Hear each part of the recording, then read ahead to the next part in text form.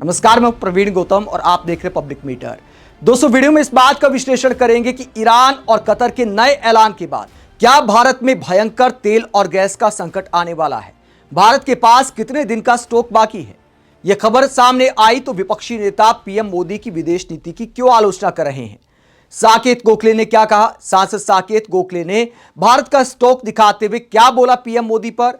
इसके अलावा प्रियंका चतुर्वेदी क्या कहती हैं, बयान आपको सुनाएंगे। पहले बात करते हैं कि ईरान ने क्या अल्टीमेटम दिया है और क्या उसके बाद दुनिया भर में कच्चे तेल की कीमतें डबल से भी ज्यादा होने जा रही हैं। ईरान की आर्मी की तरफ से क्या बयान सामने आया है। ईरान आर्मी के जनरल इब्राहिम जब्बारी ने एक टीवी इंटरव्यू में क्या बयान दिया है।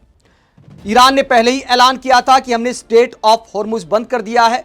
अब स्ट्रेट ऑफ हॉर्मुज बंद करने के बाद कितनी कीमतें बढ़ सकती हैं और अमेरिका की प्लानिंग को लेकर ईरान के जनरल क्या कहते हैं।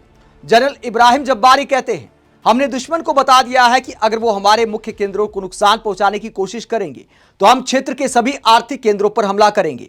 वो जान ले हम हमला करेंगे ही। हमने स्ट्रेट ऑफ हॉर्मुज को बंद कर दिया है। तेल अब $80 के पार पहुंच गया है और ये जल्द ही $200 तक पहुंच जाएगा।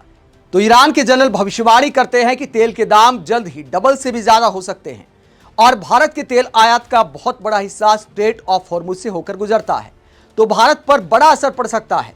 आगे वो अमेरिका पर तेल के खेल को लेकर क्या आरोप लगाते हैं।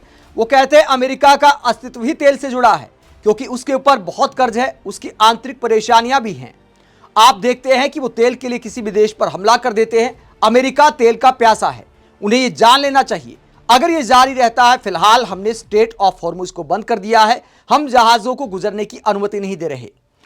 आगे ईरान के जनरल कहते हैं, हमने दुनिया को घोषित कर दिया है कि हम यहां से ईंधन ले जाने की कोशिश करने वाले किसी भी जहाज पर हमला करेंगे और अब तक हमने कई जहाजों को निशाना बनाया है। यहां तक कि 1 घंटे पहले भी हमने एक और जहाज पर हमला किया है।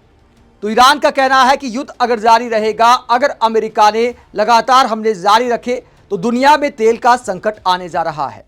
एक तरह से अल्टीमेटम दे दिया है ईरान ने और इसका भारत पर क्या असर पड़ सकता है। संसद में पेट्रोलियम मंत्री हरदीप पुरी ने कुछ समय पहले एक बयान दिया था कि भारत के पास 74 दिन का स्टॉक रहता है, लेकिन 74 दिन का स्टॉक क्या फिलहाल बाकी है। एएनआई ने क्या खबर ब्रेक की है, जिसके बाद विपक्षी नेता मोदी सरकार की नीति पर सवाल उठा रहे हैं। जब चीन के पास करीब 6 महीने का स्टॉक बाकी है तो हमारे पास कितना स्टॉक बाकी रहने की खबर एएनआई ने ब्रेक कर दी, जिसके बाद विपक्षी सांसद मोदी सरकार की आलोचना कर रहे हैं। एएनआई की खबर आप देख सकते हैं, भारत के पास 25 दिन का क्रूड ऑयल बाकी है। एएनआई की इस खबर में सरकारी सूत्रों के हवाले से बताया गया है कि भारत के पास सिर्फ 25 दिन का क्रूड ऑयल और गैस का भंडार बाकी है। तो जब यह खबर सामने आई तो विपक्षी नेता क्या कहते हैं। टीएमसी के सांसद साकेत गोखले ने इसे स्केरी यानी डरावना बताते हुए क्या कहा, इसका हिंदी अनुवाद मैं आपको बता देता हूं। उन्होंने क्या कहा इस पूरे मामले को लेकर मोदी सरकार पर। साकेत गोखले कहते हैं ये डराने वाली बात है। पिछले महीने पेट्रोलियम मंत्री हरदीप पुरी ने संसद में कहा था कि भारत के पास 74 दिनों का रणनीतिक तेल भंडार है और अब जब ईरान का संघर्ष बढ़ रहा है, मोदी सरकार की न्यूज एजेंसी कहती है कि भारत के पास सिर्फ 25 दिनों का तेल भंडार है। सिर्फ 1 महीने में 74 दिन का भंडार 25 दिन कैसे हो गया। या तो एएनआई ने गलत खबर फैलाई है या फिर मोदी सरकार ने संसद में झूठ बोला है। आगे वो कहते हैं, अभी तेल की सप्लाई पहले से ही प्रभावित है, ऊपर से मोदी ने ट्रंप से वादा किया है कि हम रूसी तेल नहीं खरीदेंगे। कच्चे तेल की कीमत अभी लगभग $85 प्रति बैरल है। अगर पश्चिम एशिया का संघर्ष लंबा चला तो क्या होगा। क्या 4 राज्यों के चुनाव खत्म होने के बाद मोदी सरकार पेट्रोल, डीजल और एलपीजी के दाम बढ़ा देगी। तो ये सवाल करते हैं साकेत गोखले कि आखिरकार मोदी सरकार के पास रणनीति क्या है। क्या भविष्य की प्लानिंग नहीं थी। अमेरिका के सामने दबाव में ऐसे समझौते क्यों किए। रूस से तेल खरीदना क्यों कम किया। हालांकि अब खबर यह भी सामने आ रही है कि रूस से भी तेल खरीदने की प्लानिंग चल रही है। यह खबर आप देख सकते हैं, रशिया टुडे हिंदी ने ब्लूमबर्ग के हवाले से क्या खबर छापी है। रूसी कच्चे तेल की खरीद बढ़ाने पर विचार कर रहे भारतीय रिफाइनर। ईरान इजरायल युद्ध के चलते भारत को तेल आपूर्ति पर खतरे के बीच सरकारी अधिकारियों और सरकारी रिफाइनरी ने सप्ताह के अंत में आपात योजना पर चर्चा की।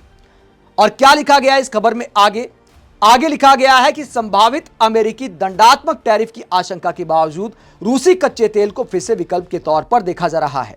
पेट्रोलियम और प्राकृतिक गैस मंत्रालय के अधिकारी विदेश मंत्रालय से वॉशिंगटन से रियायतें दिलाने की कोशिश करने का अनुरोध कर रहे हैं। यहां पर कहने का मतलब है कि हमारे जो पेट्रोलियम और प्राकृतिक गैस मंत्रालय के अधिकारी हैं वो विदेश मंत्रालय से गुहार लगा रहे हैं कि आप अमेरिका से बात करिए और इस बात को लेकर रियायत दिलाइए कि अब फिलहाल और ज्यादा तेल रूस से खरीद सकते हैं। इसके बाद विपक्षी नेताओं ने यह भी पूछा है कि क्या हमें अब अपना तेल खरीदने के लिए अमेरिका से परमिशन लेनी होगी। मोदी सरकार ने क्या हालात ला दिए हैं, ये सवाल विपक्षी नेता कर रहे हैं। वहीं इस पूरे मुद्दे पर सांसद प्रियंका चतुर्वेदी क्या कहती हैं? प्रियंका चतुर्वेदी ने भी मोदी सरकार की आलोचना करते हुए क्या कहा? प्रियंका चतुर्वेदी ने कहा कि भारत का 40% तेल आयात स्ट्रेट ऑफ हॉर्मुज के रास्ते आता है, जिसे ईरान ने चीन को छोड़कर बाकी सभी जहाजों की आवाजाही के लिए बंद कर दिया है। रिपोर्ट्स के अनुसार अब भारत को रूसी तेल खरीदने के लिए अमेरिका से अनुमति लेनी पड़ेगी, जबकि चीन ने अपनी खरीद और बढ़ा दी है। आगे वो तंज कसते हुए कहते कि भारत की यह है ऊर्जा सुरक्षा, जैसा कि सरकार बताती है। आओ भक्तों बजाओ ताली और मुझे भारत की मास्टर स्ट्रोक नीति के बारे में समझाओ।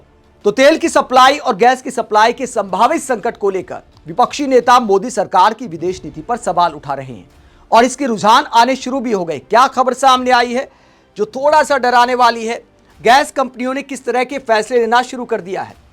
इकोनॉमिक टाइम्स की खबर आप देख सकते हैं कि गुजरात गैस कंपनी के शेयर 4% गिर गए जब उन्होंने जो इंडस्ट्रियल यूजर्स हैं उनके लिए 50% सप्लाई कटौती करने का फैसला किया।